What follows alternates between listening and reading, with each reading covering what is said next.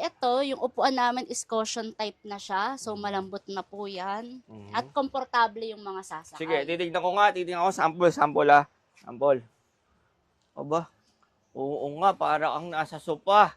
O sige ma'am, ano pa ang ano natin? Yung, Bali, ito, may pre-curtains na rin po siya. Ayan po. mga kortina. Okay. Then, meron na siyang ceiling fan para sa driver. Okay. Then, merong TV na 22 inches. Wow. Then, meron na siyang dashcam, data vehicle recorder. Then, yung CCTV camera niya. So, Ayan, naka-install na rin siya. Okay. Then, meron rin na glass hammer na pag in case of emergency. Okay. So, 3 po yan. Ayan. 1, 2, Ayun po yung isa sa dulo 3 po. sa dulo. Oh. Ito.